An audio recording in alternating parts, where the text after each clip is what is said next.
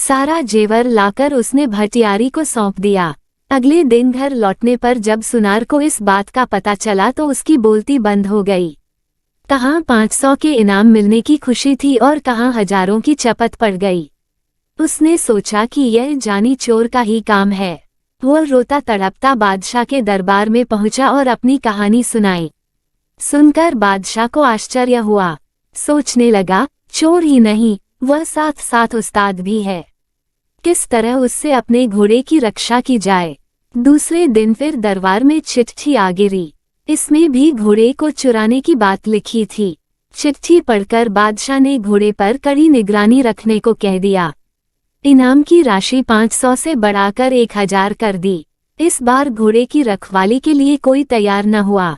लोग सोचने लगे, कहीं इनाम के चक्कर में घर का माल भी न चला जाए। किंतु शहर के कोतवाल से न रहा गया। वह मूंछों पर ताव देता हुआ बोला, अब उस बदमाश को मैं देखूंगा। पकड़कर बांध न दिया तो कहना। जानी चोर ने भटियारी से फिर पता लगाया कि इस बार पहरे पर कोतवाल साहब आए हैं। उसने दुल्हन जैसे कपड़े पहन लिए और एक थाली में धूप बत्ती जलाकर मंदिर की ओर चल पड़ा। रास्ते में कुछ दूरी पर घुड़साल पड़ती थी, जहां घोड़े पर सवार हो कोतवाल साहब पहरा दे रहे थे। रात के समय एक सुंदर स्त्री को अपने पास से गुजरते हुए जब कोतवाल ने देखा तो रोककर पूछा, इस आधी रात में किसकी पूजा करने आई हो? औरत घूंघट निकालकर बोली, ठाकुर जी की पूजा करने आई हूँ। कोतवाल बोला, मैं भी तो ठाकुर हूँ। औरत हंसी के स्वर में बोली, हटो जी, क्यों मजाक करते हो? कोतवाल बोला, मजाक नहीं, सच कहता हूँ। तुम ठाकुर की पूजा करने चली हो, जबकि ठाकुर स्वयं तुम्हारी पूजा करना चाहता है। अच्छा, तो चलो, वहाँ मंदिर में चलकर पूजा करना। ठाकुर खुशी से उछल पड़ा और अपने घोड़े को साथ लेकर मंदिर में चला आया। उसने घोड़े को बाहर बांध दिया। हथकड़ी, बेड़ियां और बंदूक लेकर औरत के साथ मंदिर के आंगन में जा धमका। हथकड़ी, बेड़ियों को देखकर स्त्री ने पूछा, ठाकुर जी यह सब क्या है? कोतवाल ने बड़े प्रेम से उसे समझाया कि ये चोर डाकुओं के गहने हैं, मैं इन्हें पहनकर देखूंगी। ये कहकर स्त्री ने हथकड़ियां लेकर अपनी कलाइयों में डाल ली। उसकी कलाइयों से हथकड़ियां निकालते हुए कोतवाल बोला, ये तुम्हारे पहनने की चीज नहीं है। तुम्हारी कोमल कलाइयां इससे बल खा जाएंगी। स्त्री ने हठ की, नहीं जी, मैं इन चीजों को पहनकर देखना चाहती हूँ कि कैसे पहनी जाती हैं। अच्छा, तो रुक जाओ, मैं तुम्हें दिखाता हूँ इन्हें कैसे पहना जाता है। जैसे जैसे मैं बताता जाऊं वैसे ही तुम मुझे पहनाते जाना। कहकर उसने अपने हाथों में हथकड़ी और पैरों में बेड़ियां डलवा दी। फिर मुस्कुराता हुआ बोला, देख लिया, इस तरह पहना जाता है। अब इन्हें खोल दो। उद्धरण चिन्ह। कोतवाल की बात सुनकर स्त्री जोर से हंस दी। उसने अपनी नकली वेशभूषा को अलग किया और बंदूक उठाकर कोतवाल की छाती पर रख दी। पूजा करोगे बरखुरदार? जानी चोर की पूजा करना क्या आसान समझा है? जानी चोर का रूप देखते ही कोतवाल के होश उड़ गए। गिड़गिड़ाता बोला, भाई इस बार माफ कर दो, आगे से कभी तुम्हारे आड़े न आऊंगा। किंतु जानी चोर कब सुनने वाला था। उसने कोतवाल को एक रस्सी से बांध लिया, उसके मुंह में कपड़ा ठूंसकर घोड़े पर बिठाया और बादशाह के महल के आगे फेंककर चंपत हो गया। सवेरा होते ही शहर में हलचल मच गई। जानी चोर ने कोतवाल की वह दशा बनाई जो आज तक कभी न बनी थी। लोग जानी चोर के नाम से थर थर कांपने लगे। दरबारियों को लगा कि अब उसके हाथों से घोड़े को बचाना मुश्किल है। दांव लगने पर वह घोड़े को अवश्य ही उड़ा लेगा।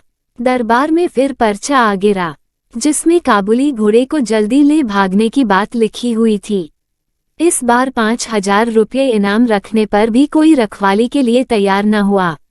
बादशाह को बड़ी चिंता हुई कि किस तरह घोड़े की रक्षा की जाए और जानी चोर को जिंदा पकड़ा जाए। कोई उपाय न सूझा तो बादशाह ने स्वयं निश्चय किया कि वे अपने हाथों चोर को पकड़ेंगे। सोचकर बादशाह उसी काबुली घोड़े पर बैठकर पहरा देने लगा। जानी चोर ने पता लगा लिया कि इस बार स्वयं बादशाह पहरे पर है। वो एक बुढ़िया का रूप बनाकर मंदिर वाली सड़क पर जा बैठा और चक्की आगे रख अनाज पीसने लगा। सड़क के किनारे बुढ़िया को अनाज पीसते देख बादशाह ने पूछा, इस वक्त किसके लिए अनाज पीस रही हो? बुढ़िया हौनफती हुई बोली, क्या करूं सरकार, बुढ़ापा बहुत बुरा है और उससे भी बुरी चीज है गरीबी।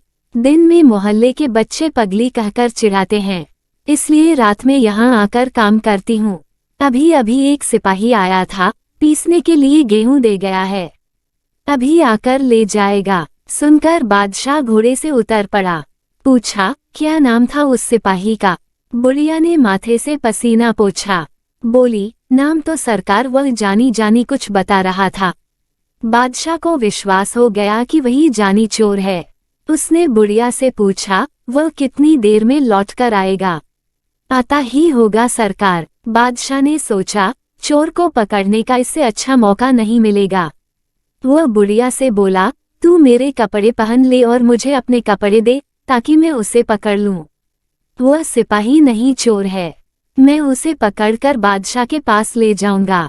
बादशाह ने अपने कपड़े पहनाकर उसे मंदिर के आंगन में भेज दिया, साथ ही अपना काबुली घोड़ा भी उसके हवाले कर दिया। स्वयं उसने बुढ़िया के फटे पुराने कपड़े पहन लिए और सड़क के किनारे बैठकर चक्की घुमाने लगा।